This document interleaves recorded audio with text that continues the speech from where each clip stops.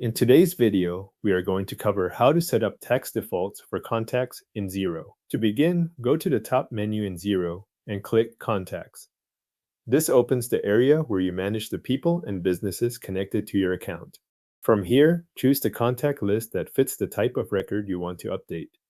You can select all contacts if you want to browse everything in one place, or move directly into customers or suppliers if you already know which category the contact belongs to.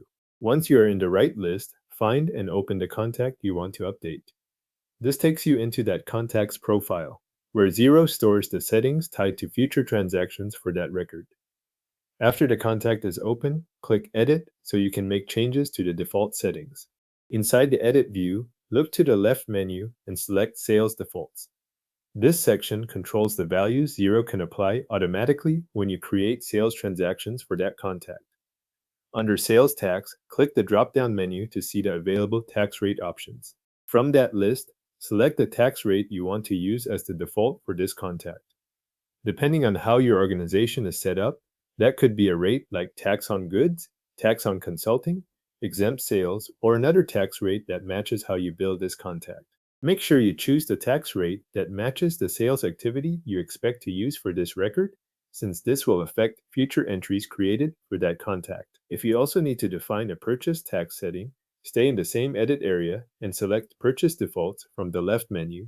This section works in the same general way, but it applies to purchases instead of sales. Open the Purchase Tax dropdown and choose the default purchase tax rate you want Xero to apply for this contact when relevant. This is useful when the same supplier or contact is usually linked to the same purchase tax treatment, and it helps keep transaction entry consistent. After you have reviewed both settings and confirmed the default tax rates are correct, click Save and Close. That stores the updated defaults on the contact record and returns you to the contact view. If you are updating more than one contact, you can repeat the same process from the Contacts menu for each record that needs its own sales or purchase tax setup. The selected contact in Xero now has updated sales and, if needed, purchase tax defaults saved to its record.